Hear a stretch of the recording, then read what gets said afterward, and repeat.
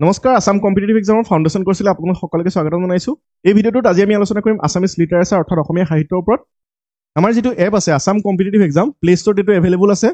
এনেকৈ ৰেড লগ' দিয়া হৈছে, আপোনালোকে প্লে ষ্ট'ৰত এবাৰ চাৰ্চ কৰি চাব। আৰু যদি আপুনি iOS ডিভাইচ ইউজ কৰে অৰ্থাৎ আইফোন বা আইপেডত যদি চাব বিচাৰে তেতিয়াহ'লে ক্লাছ প্লাছ এপটো ডাউনলোড কৰিব। ক্লাছ প্লাছ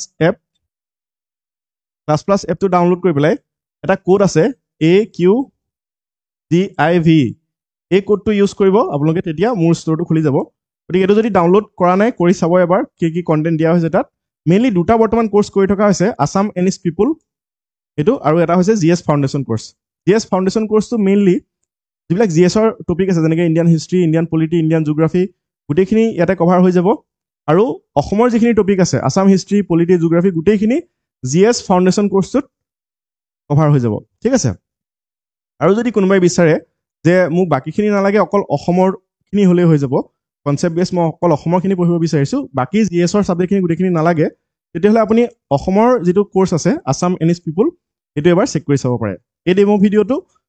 একচুৱেলি অসমৰ ভিডিঅ' যিহেতু আছাম এনিছ পিপুল ইয়াতো পাই যাব, আপুনি এইটো কোৰ্চ ল'লেও পাব, আৰু GS ফাউণ্ডেশ্যন কোৰ্চ এইটো ল'লেও পাই যাব, ঠিক আছে।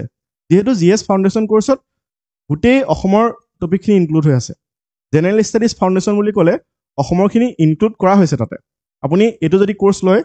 GS ফাউণ্ডেশ্যন কোৰ্চটো যদি লয়, এক্সট্ৰাকৈ আকৌ আছামৰ কোৰ্চটো ল'ব নালাগে, GS কোৰ্চটোতে সোমাই আছে, ঠিক আছে। আৰু যদি আপুনি ভাবে যে মোক বাকীখিনি নালাগে অসমৰ হ'লে হৈ যাব, তেতিয়াহ'লেহে এইটো চেক কৰি চাব পাৰে। দুইটাৰ ভেলিডিটি 1 year হয়, বহুত বেছি প্ৰাইচ নহয়,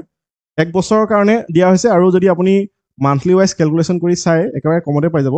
গতিকে ইয়াতে মেইনলি অসমৰ যিখিনি টপিক আছে আছাম হিষ্ট্ৰী, পলিটি, জিঅ'গ্ৰাফী আৰু আৰ্ট এণ্ড কালচাৰ, লিটাৰেচাৰ যিমানবিলাক টপিক আছে গোটেইখিনি ইয়াতে ইনক্লুড হৈ আছে। এষ্টেটিক জিকেও অসমৰ যিমানবিলাক হ'ব পাৰে ইয়াতে কভাৰ হ'ব।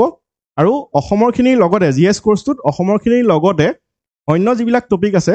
ইণ্ডিয়ান হিষ্ট্ৰী, পলিটি, জিঅ'গ্ৰাফী আৰু ষ্টেটিক পৰ্চন যিমানবিলাক হ'ব পাৰে ইয়াতে কভাৰ হৈ যাব। যদি ল'ব বিচাৰে আমাৰ এপটো ইনষ্টল কৰি পেলাই আপোনালোকে phone number the log in কৰিলে পাই যাব। আজি বিশেষকৈ আমি শ্ৰীমন্ত শংকৰদেৱৰ ওপৰত আলোচনা কৰিম। শ্ৰীমন্ত শংকৰদেৱৰ অসমীয়া সাহিত্যলৈ যিখিনি অৱদান আছিলে বা অসমীয়া সংস্কৃতিলৈ যিখিনি অৱদান আছিলে সেইসমূহৰ ওপৰত আলোচনা কৰিম, আৰু শ্ৰীমন্ত শংকৰদেৱৰ ব্যক্তিত্বৰ ওপৰত আলোচনা কৰিম। তাৰ লগতে শ্ৰীমন্ত শংকৰদেৱক ৰিলেট কৰি পেলাই যিবিলাক প্ৰশ্ন সোধে পৰীক্ষাত, সেই প্ৰশ্নসমূহৰ সম্পৰ্কিত যিবিলাক টপিক আছে সেইসমূহ আলোচনা কৰি যাম। ভিডিঅ'টো খুবেই ইম্পৰ্টেণ্ট হয়। শ্ৰীমন্ত শংকৰদেৱৰ যিবিলাক ৰচনা আছিলে সেই ৰচনাবিলাকৰ গুৰুত্ব সম্পৰ্কে বুজি পেলাই এই সময়খিনিক শংকৰী যুগ বুলি কোৱা হয়, আৰু শংকৰী যুগক কি বুলিও জনা যায়, বৈষ্ণৱ যুগ বুলিও জনা যায়, ঠিক আছে। শংকৰী এৰা অৰ অলছ' ন'ন এজ বৈষ্ণৱ এৰা, ঠিক আছে। শ্ৰীমন্ত শংকৰদেৱৰ জন্ম কেতিয়া হৈছিলে? 1449 খ্ৰীষ্টাব্দত, 1449 AD, অৰ্থাৎ 1449 খ্ৰীষ্টাব্দত শ্ৰীমন্ত শংকৰদেৱৰ জন্ম হয় নগাঁৱৰ আলিপুখুৰীত। বৰ্তমান নগাঁও জিলাত আছে। নগাঁৱৰ বৰদোৱাৰ অঞ্চলটোত বৰদোৱাৰ আলিপুখুৰী নামে ঠাইত শ্ৰীমন্ত শংকৰদেৱৰ জন্ম হৈছিলে। শ্ৰীমন্ত শংকৰদেৱ আছিলে 12 ভূঞাসকলৰ এগৰাকী, 12 ভূঞা বংশৰ এগৰাকী ব্যক্তি। তেওঁৰ পূৰ্বপুৰুষৰ নাম কি আছিলে এইটো প্ৰশ্নত সোধে, অৰ্থাৎ শ্ৰীমন্ত শংকৰদেৱৰ পূৰ্বপুৰুষ কোন আছিলে এইটো সোধে। মনত ৰাখিব, চণ্ডীবৰ আছিলে শ্ৰীমন্ত শংকৰদেৱৰ পূৰ্বপুৰুষ, ঠিক আছে। Chandibar was the ancestor or forefather of Srimanta Sankardeva. Srimanta শংকৰদেৱৰ পূৰ্বপুৰুষ কোন? চণ্ডীবৰ, অৰ্থাৎ চণ্ডীবৰৰ যিটো বংশ আছিলে তাৰে এগৰাকী ব্যক্তি আছিলে শ্ৰীমন্ত শংকৰদেৱ, আৰু এই চণ্ডীবৰ 12 ভূঞাসকলৰ এগৰাকী ব্যক্তি আছিলে। গতিকে শ্ৰীমন্ত শংকৰদেৱো ভূঞাৰ এগৰাকী ব্যক্তি আছিলে, ঠিক আছে। শ্ৰীমন্ত শংকৰদেৱৰ পিতৃ আছিলে কুসুম্বৰ ভূঞা আৰু মাতৃ আছিলে সত্যসন্ধ্যা। তেওঁ সৰু অৱস্থাতে পিতৃ আৰু মাতৃৰ মৃত্যু হয়, আৰু তেওঁৰ বুঢ়ীমাক নাম আছিলে খেৰসুঁতী। খেৰসুঁতীয়ে তেওঁক তুলি তালি ডাঙৰ দীঘল কৰিছিলে। গতিকে শংকৰদেৱ সৰু অৱস্থাতে পিতৃ মাতৃৰ বিয়োগ হয়, আৰু সেইকাৰণে বুঢ়ীমাক খেৰসুঁতীয়ে তেওঁক লালন পালন কৰি ডাঙৰ দীঘল কৰিছিলে। অৰ্থাৎ বুঢ়ীমাক খেৰসুঁতী, বুঢ়ীমাক মানে হৈছে আইতাক, গ্ৰেণ্ড মাদাৰ নাম আছিলে খেৰসুঁতী। খেৰসুঁতীয়ে শ্ৰীমন্ত শংকৰদেৱক তুলি তালি ডাঙৰ দীঘল কৰিছিলে। লোককথাৰ মতে শংকৰদেৱে সাঁতুৰি প্ৰবল ব্ৰহ্মপুত্ৰ নদী পাৰ হ'বলৈ সক্ষম হৈছিলে। তেওঁ সৰু কালতেই ভৰা ব্ৰহ্মপুত্ৰ মানে পানী ফুট বৈ থকা ব্ৰহ্মপুত্ৰ সাঁতুৰি পাৰ হ'বলৈ সক্ষম হৈছিলে, এইটো বিশ্বাস কৰে। তেওঁ মহেন্দ্ৰ কন্দলী নামে এগৰাকী শিক্ষকৰ টুল, আগতে স্কুল বুলি কোৱা নহৈছিলে, টুল বুলি কোৱা হৈছিলে, মহেন্দ্ৰ কন্দলীৰ টুলত তেওঁ শিক্ষা গ্ৰহণ কৰিছিলে। গতিকে শ্ৰীমন্ত শংকৰদেৱৰ টিচাৰ কোন আছিলে বা অধ্যাপক কোন আছিলে? মহেন্দ্ৰ কন্দলী। মনত ৰাখিব, 12 বছৰ বয়সত শংকৰদেৱে মহেন্দ্ৰ কন্দলীৰ টুলত শিক্ষা জীৱন আৰম্ভ কৰে, আৰু তাতেই প্ৰথম পদ কৰতল কমল ৰচনা কৰে এই কৰতল কমল ৰচনা কৰিছিলে যেতিয়া তেওঁ প্ৰথম বৰ্ণমালা শিকিছিলে তেতিয়াই প্ৰথম বৰ্ণমালা শিকি মহেন্দ্ৰ কন্দলীৰ টোলত যেতিয়া তেওঁ শিক্ষা গ্ৰহণ কৰি আছিলে 12 বছৰ বয়সত তেতিয়া তেওঁ শিক্ষা গ্ৰহণ কৰিবলৈ গৈছিলে মহেন্দ্ৰ কন্দলীৰ টোললে ঠিক আছে টোল মানে হৈছে স্কুল গতিকে মহেন্দ্ৰ কন্দলীৰ টোললে যেতিয়া তেওঁ যায় আৰু তাত বৰ্ণমালা যেতিয়া শিকে আকাৰ ইকাৰ কোনো নিশিকাকে তেওঁ কৰতল কমল এই পদৰ ৰচনা কৰিছিলে ঠিক আছে কৰতল কমল এইটো টোলতেই ৰচনা কৰা যেতিয়া অধ্যাপক মহেন্দ্ৰ কন্দলীয়ে শ্ৰীমন্ত শংকৰদেৱৰ প্ৰতিভা দেখিলে তাৰ আগলৈকে তেওঁ শংকৰ বুলি জনা গৈছিলে কিন্তু দেৱ উপাধিটো প্ৰদান কৰিলে মহেন্দ্ৰ কন্দলীয়ে অৰ্থাৎ শ্ৰীমন্ত শংকৰদেৱৰ যি টিচাৰ আছিলে বা অধ্যাপক আছিলে মহেন্দ্ৰ কন্দলী তেওঁই শংকৰদেৱক এই দেৱ উপাধিটো প্ৰদান কৰিছিলে শংকৰক দেৱ উপাধি কোনে প্ৰদান কৰিছিলে এইটো মনত ৰাখিব অধ্যাপক মহেন্দ্ৰ কন্দলীয়ে ঠিক আছে শ্ৰীমন্ত শংকৰদেৱৰ প্ৰথম পত্নীৰ নাম কি ইয়াৰ ওপৰত প্ৰশ্ন সোধে মনত ৰাখিব সূৰ্যৱতী আছিলে শ্ৰীমন্ত শংকৰদেৱৰ প্ৰথম পত্নীগৰাকীৰ নাম বিবাহৰ 3 বছৰৰ পাছত ভাৰ্যা সূৰ্যৱতীৰ গৰ্ভত শংকৰদেৱে এটি কন্যা সন্তানৰ জন্ম হয় আৰু সেই কন্যা সন্তানৰ নাম আছিলে মনু যেতিয়া বিয়া পাতে তেওঁ সূৰ্যৱতীক বিয়া পতাৰ 3 বছৰৰ পিছত এগৰাকী কন্যা সন্তান জন্ম হয় তেওঁলোকৰ নাম ৰাখিছিলে মনু এইটো মনত ৰাখিব ঠিক আছে অৰ্থাৎ শংকৰদেৱৰ যিগৰাকী কন্যা আছিলে তাৰ নাম কি আছিলে মনু আছিলে আৰু এই মনুকেই হৰি নামৰ এগৰাকী ব্যক্তিলৈ বিয়া দিছিলে তেওঁৰ কন্যা কালৈ বিয়া দিছিলে হৰি নামৰ এগৰাকী ব্যক্তিলৈ বিয়া দিছিলে ইয়াৰ পৰা প্ৰশ্ন সোধে প্ৰথম পত্নীৰ মৃত্যুৰ পিছত তেওঁ আকৌ এবাৰ পুনৰ বিবাহ কৰিছিলে ৰিমেৰিজ কৰিছিলে আৰু দ্বিতীয়গৰাকী পত্নীৰ নাম আছিলে কালিন্দী সেকেন্ড ৱাইফ নাম কি হয় কালিন্দী মনত ৰাখিব ইয়াৰ ওপৰত প্ৰশ্ন সোধে শিক্ষা সমাপ্ত কৰি গুৰুগৃহৰ পৰা ঘৰলৈ অহাৰ সময়ত তেওঁ শিৰোমণি ভূঞাৰ দায়িত্বভাৰ লৈ পেলাই ককা দেউতাক জয়ন্ত দলৈয়ে প্ৰথমেই শিৰোমণি ভূঞাৰ বিষয়ভাৱ শংকৰদেৱৰ ওপৰত অৰ্পণ কৰিছিলে অৰ্থাৎ যেতিয়া তেওঁ 12 বছৰ বয়সত শিক্ষা গ্ৰহণ কৰিবলৈ গৈছিলে মহেন্দ্ৰ কন্দলীৰ টোললে তাত তেওঁ 5 বছৰ শিক্ষা গ্ৰহণ কৰিছিলে ঠিক আছে মাত্ৰ 5 বছৰতেই অন্য তেওঁৰ যিখিনি লগৰ আছিলে লগৰবিলাকে বহু বছৰ লাগি গৈছিলে পঢ়িবৰ কাৰণে বা কনচেপ্টখিনি বুজিবৰ কাৰণে কিন্তু শ্ৰীমন্ত শংকৰদেৱক মাত্ৰ 5 বছৰ লাগিছিলে যেতিয়া 5 বছৰ পাছত তেওঁ শিক্ষা গ্ৰহণ কৰি সমাপ্ত হ'ল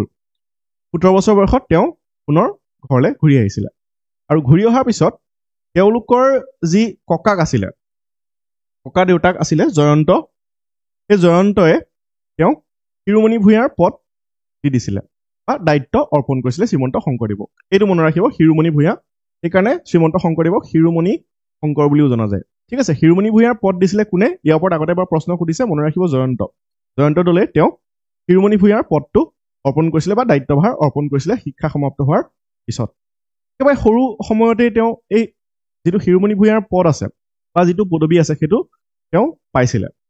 ঠিক আছে গতিকে অতি কম বয়সতেই ভূঞাসকলৰ শ্ৰেষ্ঠ সন্মান এই শিৰোমণি ভূঞাটো আছিলে ভূঞাসকলৰ শ্ৰেষ্ঠ সন্মান গতিকে অতি কম বয়সতেই যিহেতু শ্ৰীমন্ত শংকৰদেৱে সেই টাইটেলটো বা সেই পদবীটো লাভ কৰিবলৈ সক্ষম হৈছিলে সেইকাৰণে তেওঁ ডেকাগিৰি বুলিও জনা যায় ডেকাগিৰি এই নামটো কাৰ হয় শ্ৰীমন্ত শংকৰদেৱৰ এইটো মনত ৰাখিব ইয়াৰ পৰা আগতে প্ৰশ্ন সুধিছে ঠিক আছে তেনেই কম বয়সতে ভূঞাসকলৰ শ্ৰেষ্ঠ সন্মান লাভ কৰা আৰু শ্ৰেষ্ঠ দায়িত্ব পোৱাৰ বাবে তেওঁৰ নাম ডেকাগিৰি হ'ল অৰ্থাৎ ডেকাগিৰি কাৰ নাম হ'ল ডেকাগিৰিটো শ্ৰীমন্ত শংকৰদেৱৰ ঠিক আছে শংকৰদেৱৰ যেতিয়া প্ৰথম পত্নীৰ মৃত্যু হয় তেতিয়া ঘৰৰ ৰক্ষণাবেক্ষণ তেওঁৰ জোৱাই হৰি অৰ্থাৎ মনু নামৰ যিগৰাকী ছোৱালী আছিলে প্ৰথম পত্নী সূৰ্যৱতী আৰু শ্ৰীমন্ত শংকৰদেৱৰ এগৰাকী ছোৱালী হৈছিলে মনু সেই মনুক হৰিলে বিয়া দিছিলে গতিকে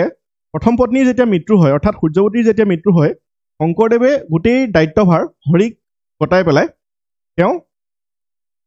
এই যিটো শিৰোমণি ভূঞাৰ পদ আছিলে শিৰোমণি ভূঞাৰ পদটো তেওঁৰ ককাক জয়ন্ত আৰু মাধৱক গতাই পেলাই তেওঁ তীৰ্থযাত্ৰালৈ গমন কৰে এইটো বহুত বেছি ইম্পৰ্টেণ্ট হয় কাৰণ তেওঁ তীৰ্থযাত্ৰালৈ যোৱাৰ সময়ত শিৰোমণি ভূঞাৰ পদটো কাক দি গৈছিলে ইয়াৰ ওপৰতো আগতে প্ৰশ্ন সুধিছে এইটো মনত ৰাখিব ককাক জয়ন্ত আৰু মাধৱক শিৰোমণি ভূঞাৰ দায়িত্ব দি গৈছিলে আৰু ঘৰৰ দায়িত্ব কাক দি গৈছিলে তেওঁৰ জোৱাইক হৰিক দি গৈছিলে ঠিক আছে প্ৰথম পত্নীৰ যেতিয়া মৃত্যু হয় তেওঁৰ ভাগি পৰিছিলে একেবাৰে ভাগি পৰিছিলে শ্ৰীমন্ত শংকৰদেৱে ঠিক আছে ভাগি পৰি পেলাই তেওঁ তীৰ্থযাত্ৰালৈ ওলাই গৈছিলে ঠিক আছে গতিকে ঘৰৰ চাবলৈ দায়িত্ব দিছিলে হৰিক আৰু তেওঁৰ যিটো দায়িত্ব আছিলে বা যিটো পদত তেওঁ আছিলে শিৰোমণি ভূঞাৰ পদত আছিলে শিৰোমণি ভূঞাৰ দায়িত্ব দি গৈছিলে ককাক জয়ন্ত আৰু মাধৱক এইখন সময়ত যেতিয়া তেওঁ গৈছিলে তীৰ্থযাত্ৰালৈ তেওঁৰ লগত তেওঁৰ বন্ধু তথা সহযোগী ৰাম আৰু তেওঁৰ শিক্ষক মহেন্দ্ৰ কণ্ডলীকে ধৰি 17জন ব্যক্তিও আহিছিল। গতিকে তীৰ্থযাত্ৰাৰ সময়ত তেওঁক কিমানজন লগত লৈ গৈছিলে এইটো মনত ৰাখিব, 17জন ব্যক্তি আছিলে। তাত কোন কোন সোমাই আছে, ৰামাৰাম বা ৰাম আৰু তেওঁৰ শিক্ষক যিগৰাকী আছিলে মহেন্দ্ৰ কণ্ডলী, সেই মহেন্দ্ৰ কণ্ডলীও লগত তীৰ্থযাত্ৰাত গৈছিলে শংকৰদেৱৰ। ঠিক আছে, প্ৰথম পত্নীৰ মৃত্যুৰ পিছত যেতিয়া তেওঁ তীৰ্থযাত্ৰালৈ যায় লগত 17গৰাকী ব্যক্তিও গৈছিলে। ইয়াৰ ওপৰত এটা প্ৰশ্ন সুধিছে, মনত ৰাখিব এইটো। তীৰ্থযাত্ৰাৰ সময়তে বদৰিকাশ্ৰমত ব্ৰজাৱলী ভাষাত শংকৰদেৱে তেওঁৰ প্ৰথমটো বৰগীত মনমেৰি ৰাম চৰণেহি লাগু এইটো ৰচনা কৰিছিলে। গতিকে শ্ৰীমন্ত শংকৰদেৱৰ প্ৰথমটো বৰগীত কি হয় এইটো মনত ৰাখিব, মনমেৰি ৰাম চৰণেহি লাগু। এইটো আছিলে শ্ৰীমন্ত শংকৰদেৱৰ প্ৰথমটো বৰগীত। কি ভাষাত ৰচনা কৰিছিলে, ব্ৰজাৱলী ভাষাত। আৰু কোন ঠাইত এইটো মনত ৰাখিব, বদৰিকাশ্ৰম। ঠিক আছে, অৰ্থাৎ তীৰ্থযাত্ৰা কৰি থাকোঁতে তেওঁ অকল এঠাইতো নহয়, বিভিন্ন ঠাইত তেওঁ ভ্ৰমণ কৰিছিলে। গতিকে প্ৰথমটো বৰগীত ৰচনা কৰিছিলে বদৰিকাশ্ৰমত, ভাষাৰ ব্যৱহাৰ কৰিছিলে ব্ৰজাৱলী। অসমীয়া আৰু মৈথিলী ভাষাৰ মিশ্ৰণ এটা ভাষা হৈছে ব্ৰজাৱলী। গতিকে সেই ব্ৰজাৱলী ভাষাৰ ব্যৱহাৰ কৰি তেওঁ প্ৰথমটো বৰগীত মনমেৰি ৰাম চৰণেহি লাগুৰ ৰচনা কৰিছিলে। ঠিক আছে, তীৰ্থযাত্ৰাৰ সময়তেই। তীৰ্থ ভ্ৰমণৰ পৰা উভতি অহাৰ পাছত শংকৰদেৱে কালিন্দীক বিয়া কৰাইছিলে। সেইখন সময়ত তেওঁ বিয়া কৰাবলৈ ইচ্ছুক নাছিলে যদিও তেওঁৰ ককাকেও কৈছিলে, তাৰ লগতে অন্যান্য যিসকল তেওঁৰ শুভাকাংক্ষী আছিলে তেওঁলোকেও কৈছিলে, আৰু তাৰ ফলতেই তেওঁ দ্বিতীয়গৰাকী পত্নী অৰ্থাৎ কালিন্দীক বিয়া কৰাইছিলে। ঠিক আছে, গতিকে যেতিয়া তীৰ্থযাত্ৰাৰ পৰা তেওঁ আহি পেলাইহে তেওঁৰ দ্বিতীয় পত্নীগৰাকীক অৰ্থাৎ কালিন্দীক বিয়া কৰাইছিলে। গতিকে প্ৰথম পত্নীৰ নাম আছিলে সূৰ্যৱতী আৰু দ্বিতীয় পত্নীৰ নাম আছিলে কালিন্দী, এইটো মনত ৰাখিব। শ্ৰীমন্ত শংকৰদেৱে ভূঞাসকলৰ প্ৰধান হিচাপে ভূঞাসকলক আলিপুখুৰীৰ পৰা তেওঁলোকৰ পূৰ্বপুৰুষৰ স্থান বৰদোৱালৈ লৈ যায়। এই সময়খিনিতে বাৰভূঞাসকলৰ আৰু কছাৰীসকলৰ মাজত এটা ক্লেশ হৈ আছিলে, আৰু সেই ক্লেশৰ পৰা আঁতৰিবলৈ শংকৰদেৱে তেওঁলোকৰ যিসকল আছিলে প্ৰজা বা তেওঁলোকৰ সমাজৰ যিসকল লোক আছিলে তেওঁলোকক আলিপুখুৰীৰ পৰা কলৈ লৈ যায়, বৰদোৱালৈ লৈ যায়। গতিকে ইয়াৰ ওপৰতো প্ৰশ্ন সুধিব পাৰে, মনত ৰাখিব। শ্ৰীমন্ত শংকৰদেৱৰ অৱদানৰ ওপৰত যদি চাওঁ তেতিয়াহ'লে তেওঁ যিবিলাক ৰচনা কৰিছিলে বা যিবিলাক সৃষ্টি কৰিছিলে এইখিনি বহুত বেছি ইম্পৰ্টেণ্ট হয়। ইয়াতে যিমানবিলাক তেওঁৰ ৰচনা আছে গোটেইখিনি আমি আলোচনা কৰিম, গতিকে এইখিনি অকণমান মন দি চাব। শ্ৰীমন্ত শংকৰদেৱৰ অৱদান, প্ৰথম তেওঁৰ কাব্য হৈছে হৰিচন্দ্ৰ উপাখ্যান, এইটো মনত ৰাখিব। ইয়াৰ ওপৰত প্ৰশ্ন সোধে, কাব্য অৰ্থাৎ পয়েটিক ৱৰ্কছ। শ্ৰীমন্ত শংকৰদেৱৰ যি ৰচনা আছে তাৰ ভিতৰত প্ৰথমখন কাব্য আছিলে হৰিচন্দ্ৰ উপাখ্যান, এইটো মনত ৰাখিব। ইয়াৰ ওপৰত প্ৰশ্ন সোধে। আৰু মাৰ্কেন্দ্ৰেয় পুৰাণৰ পৰা ইয়াৰ কাহিনীভাগ লোৱা হৈছিলে। ঠিক আছে, কাব্যৰ মূল আছিলে মাৰ্কেন্দ্ৰেয় পুৰাণ। মহেন্দ্ৰ কণ্ডলীৰ টোলতেই তেওঁৰ প্ৰথমখন গ্ৰন্থ অৰ্থাৎ হৰিচন্দ্ৰ উপাখ্যান ৰচনা কৰিছিল বুলি বিশ্বাস কৰা হয়। এই মহেন্দ্ৰ কণ্ডলীৰ টোলত মাত্ৰ তেওঁ 5 বছৰ পঢ়িছিলে। ঠিক আছে, আৰু 5 বছৰতেই তেওঁ যেতিয়া প্ৰথম বৰ্ণমালা শিকিছিলে তাতেই তেওঁ কৰতল কমল নামৰ আকাৰ ইকাৰ নোহোৱাকে তাতে এটা পদৰ ৰচনা কৰিছিলে বা এটা কবিতাৰ ৰচনা কৰিছিলে। আৰু তাতে যেতিয়া অধ্যয়ন কৰি আছিলে তেতিয়াই হৰিচন্দ্ৰ উপাখ্যান যিখন তেওঁৰ প্ৰথমখন কাব্য তাতেই ৰচনা কৰা বুলি বিশ্বাস কৰা হয়। গতিকে ইয়াৰ ওপৰতো প্ৰশ্ন সোধে যে হৰিচন্দ্ৰ উপাখ্যানখন শংকৰদেৱে ক'ত লিখিছিলে, মনত ৰাখিব। যেতিয়া মহেন্দ্ৰ কণ্ডলীৰ টোলত তেওঁ প্ৰথম শিক্ষা গ্ৰহণ কৰি আছিলে তাতেই তেওঁ এখন ৰচনা কৰা বুলি বিশ্বাস কৰা হয়। অন্যান্য কাব্যসমূহৰ ওপৰত যদি চাওঁ তেতিয়াহ'লে ৰুক্মিণী হৰণ কাব্যৰ মূল হৈছে ভাগৱত আৰু হৰিবংশ। ৰুক্মিণী হৰণ এখন কাব্য। বলিচলন শ্ৰীমন্ত শংকৰদেৱৰ এখন কাব্য হয়, কাব্যৰ মূল ভাগৱত আৰু বামন পুৰাণ। ইয়াৰ ওপৰতো কেতিয়াবা প্ৰশ্ন সোধে ক'ৰ পৰা লোৱা হৈছে। অমৃত মন্থন এখন শ্ৰীমন্ত শংকৰদেৱৰ এখন কাব্য হয়, ইয়াৰ মূল হৈছে ভাগৱত। অজামিল উপাখ্যান শ্ৰীমন্ত শংকৰদেৱৰ, এয়া হৈছে এখন কাব্য, মূল ভাগৱত পুৰাণ। ঠিক আছে, আৰু এখন হৈছে কুৰুক্ষেত্ৰ। অৰ্থাৎ কাব্যৰ মূল কি হয়, ভাগৱতৰ 10ম স্কন্ধ কুৰুক্ষেত্ৰ, এয়া হৈছে শ্ৰীমন্ত শংকৰদেৱৰ কাব্য। আমি যদি কাব্যসমূহৰ ওপৰত চাওঁ তেতিয়াহ'লে টোটেল কাব্য 6খন আছে, হৰিচন্দ্ৰ উপাখ্যান, ৰুক্মিণী হৰণ, বলিচলন, অমৃত মন্থন, অজামিল উপাখ্যান আৰু কুৰুক্ষেত্ৰ। এই 6খন হৈছে শ্ৰীমন্ত শংকৰদেৱৰ কাব্য। ঠিক আছে, কাব্য গ্ৰন্থৰ মূল কাব্য 6খন। ভক্তিতত্ত্ব প্ৰকাশক গ্ৰন্থ অৰ্থাৎ ভক্তি থিয়ৰী কম্প'জড বাই হিম, তেওঁ যিবিলাক ভক্তিতত্ত্বমূলক গ্ৰন্থ ৰচনা কৰিছিলে সেয়া হৈছে ভক্তি প্ৰদীপ, এইটো মনত ৰাখিব। গৰুড় পুৰাণৰ পৰা লোৱা হৈছিলে ভক্তি প্ৰদীপ। ভক্তি ৰত্নাকৰ আৰু ভক্তি ৰত্নাৱলী, ইয়াত যদি কনফিউজন থাকে আপোনালোকৰ তেতিয়াহ'লে মই অকণমান ইজি কৰি দিছোঁ। ইয়াতে কৰ লাগি আছে, চাওক শ্ৰীমন্ত শংকৰ কৰ আৰু ইয়াতো কৰ আছে শংকৰ ভক্তি ৰত্নাকৰ আৰু মাধৱদেৱে মাধৱ ভক্তি ৰত্না অলি ঠিক আছে ইয়াতে ৱাব্বটো ইউজ কৰিব পাৰিব ইয়াতে ৱাব্ব আছে ভক্তি ৰত্না অলিত ৱাব্বটো তাৰ পৰা ৰিলেট কৰিব পাৰিব গতিকে ভক্তি ৰত্নাকৰ শংকৰে ৰচনা কৰা বা শংকৰদেৱে ৰচনা কৰা আৰু ভক্তি ৰত্না অলি মাধৱদেৱে ৰচনা কৰা এইটো মনত ৰাখিব ঠিক আছে নিমি নৱসিদ্ধ সংবাদ এইখন হৈছে ভক্তি তত্ত্বমূলক গ্ৰন্থ শ্ৰীমন্ত শংকৰদেৱৰ আৰু অনাদি পতন এই চাৰিখন আছে ভক্তি তত্ত্বমূলক গ্ৰন্থ ইয়াক কোনে ৰচনা কৰিছিলে শ্ৰীমন্ত শংকৰদেৱে চাৰিখন কি ভক্তি প্ৰদীপ ভক্তি ৰত্নাকৰ নিমি নৱসিদ্ধ সংবাদ আৰু অনাদি পতন ঠিক আছে ভক্তি ৰত্নাকৰ সংস্কৃতত লিখা শংকৰদেৱৰ একমাত্ৰ ভক্তি তত্ত্বমূলক গ্ৰন্থ ইয়াৰ ওপৰত আগতে প্ৰশ্ন সুধিছে যে শ্ৰীমন্ত শংকৰদেৱে ৰচনা কৰা সংস্কৃতৰ ৰচনা কৰা একমাত্ৰ ভক্তি তত্ত্বমূলক গ্ৰন্থখন কি হয় ভক্তি ৰত্নাকৰ কৰটো লাগি আছে শংকৰ কৰটো লাগি আছে গতিকে ভক্তি ৰত্নাকৰ এইখন কোনে ৰচনা কৰা শ্ৰীমন্ত শংকৰদেৱে আৰু সংস্কৃতত লিখিছিলে ঠিক আছে এইখনি গ্ৰন্থক পৰৱৰ্তী কালত মাধৱদেৱৰ ভাগিনীয়েক ৰামচৰণ ঠাকুৰে অসমীয়া পদলৈ আৰু গোপাল চৰণ দিজে অসমীয়া গদ্যলৈ ভাঙনি কৰিছিলে গতিকে ইয়াৰ পৰাও কেতিয়াবা প্ৰশ্ন সুধিব পাৰে এইটো মনত ৰাখিব এইখিনি বহুত বেছি ইম্পৰ্টেণ্ট হয় মই যিমান পাৰোঁ ডিটেইলছত নোটটো বনাবলৈ চেষ্টা কৰিছোঁ যাতে শংকৰদেৱৰ ওপৰত যেনেকুৱা ধৰণৰ প্ৰশ্ন আহিলেও ইয়াতে ইনক্লুড হৈ যায় ঠিক আছে তেওঁ অনুবাদমূলক গ্ৰন্থ সেই সময়ছোৱাত বা তাৰ আগলৈকে নিশ্চয় আগৰ ভিডিঅ'টো চাই গম পাইছে যে বিভিন্ন সাহিত্যিকসকলে যিবিলাক ৰচনা কৰিছিলে সেই ৰচনাবিলাকৰ বহুভাগেই আছিলে অনুবাদমূলক গ্ৰন্থ বা অনুবাদমূলক অৰ্থাৎ অনুবাদ সংস্কৃতৰ ৰচনা কৰা গ্ৰন্থসমূহ অসমীয়ালৈ অনুবাদ কৰিছিলে বা অন্যান্য যিবিলাক ভাষাত লিখা আছিলে গ্ৰন্থ সেইবিলাক অসমীয়ালৈ অনুবাদ কৰিছিলে শংকৰদেৱেও তেনেকৈ অনুবাদ কৰিছিলে শংকৰদেৱৰ অনুবাদমূলক গ্ৰন্থৰ ওপৰত যদি চাওঁ তেতিয়াহ'লে ভাগৱতৰ কেইটামান স্কন্ধ তেওঁ অনুবাদ কৰিছিলে ভাগৱতৰ প্ৰথম দ্বিতীয় ষষ্ঠ অষ্টম দশম একাদশ আৰু দ্বাদশ এইকেইটা স্কন্ধ বা এইকেইটা তেওঁ চেপ্টাৰ বা এপিছড অসমীয়ালৈ অনুবাদ কৰিছিলে গতিকে ইয়াৰ পৰা প্ৰশ্ন সোধে তাৰ লগতে উত্তৰাকাণ্ড ৰামায়ণ আমি আগৰ ভিডিঅ'টো আলোচনা কৰি আহিছিলোঁ যে আদিকাণ্ড ৰামায়ণ কোনে অনুবাদ কৰিছিলে মাধৱদেৱে আৰু উত্তৰাকাণ্ড ৰামায়ণ কোনে অনুবাদ কৰিছিলে শ্ৰীমন্ত শংকৰদেৱে গতিকে উত্তৰাকাণ্ড ৰামায়ণো তেওঁৰ অনুবাদমূলক এখন গ্ৰন্থ হয় ঠিক আছে মাধৱ কন্দলীৰ সপ্তকাণ্ড ৰামায়ণৰ উত্তৰ অংশ বা শেষ অংশ কোনে ট্ৰেন্সলেট কৰিছিলে শ্ৰীমন্ত শংকৰদেৱে মাধৱ কন্দলীৰ যি সপ্তকাণ্ড ৰামায়ণ আছে এই সপ্তকাণ্ড ৰামায়ণখন অসমীয়ালৈ অনুবাদ কৰা বা ভাৰতৰ উত্তৰ ভাৰতৰ যিসমূহ ভাষা আছে তাৰ ভিতৰত প্ৰথম অসমীয়ালৈ অনুবাদ কৰা ৰামায়ণৰ অনুবাদ হয় এইটো মনত ৰাখিব এই বিষয়ে আমি আগতে ডিছকাছ কৰি আহিছোঁ নিশ্চয় মনত আছে আপোনালোকৰ মাধৱ কন্দলীয়ে সপ্তকাণ্ড ৰামায়ণৰ 5টা কাণ্ড বৰ্তমান পোৱা গৈছে ট্ৰেন্সলেট কৰিছিলে অসমীয়ালৈ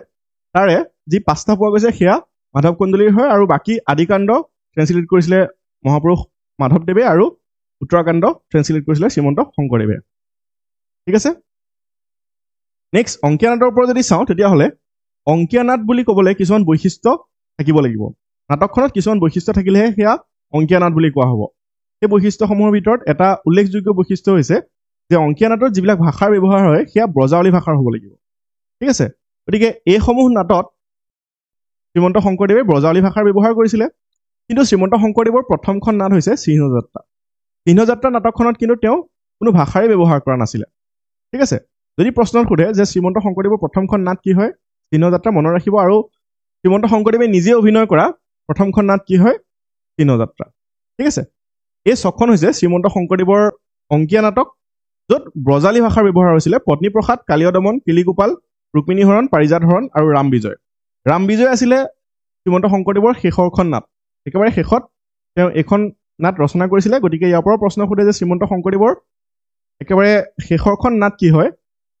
ৰাম বিজয় ঠিক আছে গুৱাহাটত শংকৰদেৱে পত্নীপ্ৰসাদ নাটকৰ ৰচনা কৰিছিলে পত্নী হ'ব পত্নীপ্ৰসাদ নাটখন ক'ত ৰচনা কৰিছিলে ধোঁৱাহাটত এই ধোঁৱাহাটৰ বিষয়ে আমি আকৌ আলোচনা কৰিম মণিকাঞ্চন সংযোগ ধোঁৱাহাটতেই হৈছিলে অৰ্থাৎ শংকৰদেৱ আৰু মাধৱদেৱৰ মিলন এই ধোঁৱাহাটতেই হৈছিলে আৰু ধোঁৱাহাটতেই যেতিয়া তেওঁ আছিলে তেতিয়াই পত্নীপ্ৰসাদ নাটখন ৰচনা কৰিছিলে শ্ৰীমন্ত শংকৰদেৱৰ শেষৰখন অংকীয়া নাট কি হয় ৰাম বিজয় এইটো মনত ৰাখিব ঠিক আছে ইয়াৰ ওপৰত প্ৰশ্ন সোধে পাৰিজাত হৰণ নাটকখন তেওঁৰ নাটসমূহৰ ভিতৰত শ্ৰেষ্ঠ আখ্যা দিয়া হয় পাৰিজাত হৰণ এই নাটখন শ্ৰীমন্ত শংকৰদেৱে ৰচনা কৰা নাটকসমূহৰ ভিতৰত শ্ৰেষ্ঠ হিচাপে আখ্যা দিয়া হয় পাৰিজাত হৰণখন ৰুক্মিণী হৰণ হৰিবংশ আৰু ভাগৱতৰ দশম স্কন্ধৰ পৰা লোৱা হৈছিলে পাৰিজাত হৰণ হৰিবংশ আৰু ভাগৱত পুৰাণৰ পৰা লোৱা হৈছিলে আৰু ৰাম বিজয়খন ৰামায়ণৰ আদিকাণ্ডৰ পৰা লোৱা হৈছিলে গতিকে কেতিয়াবা ইয়াৰ পৰা প্ৰশ্ন সোধে ইম্পৰ্টেণ্ট হয় আৰু ইয়াৰ ভিতৰত শ্ৰেষ্ঠ কোনখন হয় পাৰিজাত হৰণ ৰাম বিজয়খন শেষৰখন নাট আৰু পত্নীপ্ৰসাদখন ধোঁৱাহাটত যেতিয়া তেওঁ আছিলে তেতিয়া তেওঁ ৰচনা কৰিছিলে শংকৰদেৱে অভিনয় কৰা প্ৰথমখন নাট হ'ল চিহ্নযাত্ৰা চিহ্নযাত্ৰা নাটখন শ্ৰীমন্ত শংকৰদেৱে অভিনয় কৰা প্ৰথমখন নাট আৰু তেওঁ ৰচনা কৰা প্ৰথমখন নাট ইয়াত কিন্তু কোনো ভাষাৰ ব্যৱহাৰ কৰা নাছিলে চিহ্নযাত্ৰা ঠিক আছে চিহ্নযাত্ৰা কি হয় আমি আলোচনা কৰিম বাৰু গতিকে শ্ৰীমন্ত শংকৰদেৱৰ প্ৰথমখন নাট চিহ্নযাত্ৰা ইয়াতে ভাষাৰ ব্যৱহাৰ হোৱা নাছিলে শংকৰদেৱে মাত্ৰ 19 বছৰ বয়সতেই চিহ্নযাত্ৰাৰ আয়োজন কৰিছিলে এই যাত্ৰা কনচেপ্টটো হৈছে শ্ৰীমন্ত শংকৰদেৱে যিবিলাক ৰচনা কৰিছিলে তাক নাট বা যাত্ৰা বুলি কোৱা হয় ঠিক আছে যাত্ৰা বা নাট বুলি কোৱা হয় আৰু মাধৱদেৱে যিসমূহ ৰচনা কৰিছিলে তাক ঝুমুৰা বুলি কোৱা হয় আমি পিছত আলোচনা কৰিম কিন্তু ডিফাৰেন্সটো মই এইখিনিতে মেনশ্যন কৰি গৈছো শংকৰদেৱে যিবিলাক ৰচনা কৰিছিলে তাক যাত্ৰা বুলি কোৱা হয় বা নাট বুলি কোৱা হয় অংকীয়া নাট বুলি কোৱা হয় আৰু মাধৱদেৱে যিসমূহ ৰচনা কৰিছিলে ভাওনাৰ দৰে যিবিলাক ৰচনা কৰিছিলে সেয়া হৈছে ঝুমুৰা ঠিক আছে গতিকে মাত্ৰ 19 বছৰ বয়সতেই শংকৰদেৱে এই চিহ্নযাত্ৰাৰ আয়োজন কৰিছিলে না এইখিনিতে এটা ইণ্টাৰেষ্টিং কাহিনী আছে যেতিয়া তেওঁ 17 বছৰ বয়সত মহেন্দ্ৰ কন্দলী টোলৰ পৰা শিক্ষা গ্ৰহণ কৰি আহিলে 12 বছৰ বয়সত তেওঁ শিক্ষা গ্ৰহণ কৰিবলৈ গৈছিলে মাত্ৰ 12 বছৰ বয়সত তেওঁ শিক্ষা গ্ৰহণ কৰিবলৈ গৈছিলে আৰু মাত্ৰ 5 বছৰতে শিক্ষা সমাপ্ত কৰি যিবিলাক শিকিব লাগে গোটেইখিনি শিকি পেলাই মাত্ৰ 5 বছৰ লাগিলে তেওঁ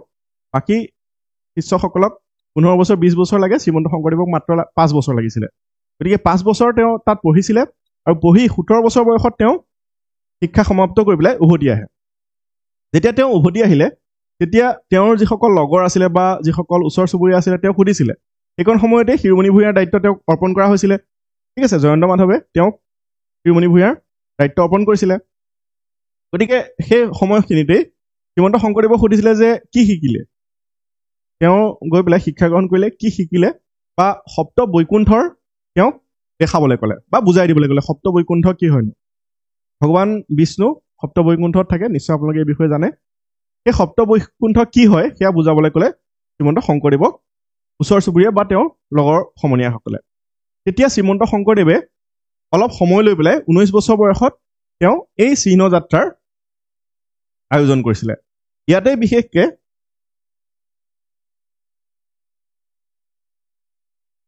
সপ্ত বৈকুণ্ঠৰ ছবি বিভিন্ন ৰঙৰ কাপোৰত অংকন কৰি দৃশ্যপট স্থাপন কৰিছিলে অৰ্থাৎ সপ্ত বৈকুণ্ঠ এই সপ্ত বৈকুণ্ঠ কিহৰ সৈতে জড়িত হৈ আছে চিহ্নযাত্ৰাৰ সৈতে জড়িত হৈ আছে সপ্ত বৈকুণ্ঠৰ ছবি বিভিন্ন ৰঙৰ কাপোৰত শ্ৰীমন্ত শংকৰদেৱে আঁকিছিলে আঁকি পেলাই তেওঁ বেকগ্ৰাউণ্ডত ৰাখিছিলে আৰু বুজাইছিলে যে এয়াই সপ্ত বৈকুণ্ঠ হয় আৰু চিহ্নযাত্ৰা যিখন নাট আছিলে তেওঁ সেয়া কৰি দেখাইছিলে তেওঁৰ সমনীয়াসকলক বা ওচৰ চুবুৰীয়াসকলক ঠিক আছে নাটকত ব্যৱহৃত যিবিলাক বাদ্যযন্ত্ৰ আছে অৰ্থাৎ চিহ্নযাত্ৰা যিখন নাট আছে তাতে ভাষাৰ ব্যৱহাৰ হোৱা নাছিলে যদিও মিউজিকৰ ব্যৱহাৰ হৈছিলে যিবিলাক বাদ্যযন্ত্ৰ আছিলে সেই বাদ্যযন্ত্ৰৰ ভিতৰত আছে খোল তাল সেয়া শংকৰদেৱে নিজে তৈয়াৰ কৰি লৈছিলে চিহ্নযাত্ৰাৰ কাৰণে ঠিক আছে চিহ্নযাত্ৰা আছিলে তেওঁৰ প্ৰথম ক্ৰিয়েশ্যন গতিকে চিহ্নযাত্ৰাৰ কাৰণে বা চিহ্নযাত্ৰাক সফল কৰি তুলিবৰ কাৰণে তেওঁ মিউজিক যিবিলাক দিছিলে তাত ব্যৱহাৰ হোৱা বাদ্যযন্ত্ৰ খোল তাল এয়া নিজে ক্ৰিয়েট কৰি লৈছিলে শংকৰদেৱে নিৰ্মাণ কৰি লৈছিলে ঠিক আছে শংকৰদেৱৰ নিৰ্দেশ অনুসৰি বিশেষভাৱে নিৰ্মাণ কৰা হৈছিলে চিহ্নযাত্ৰা নাটখনৰ কাৰণে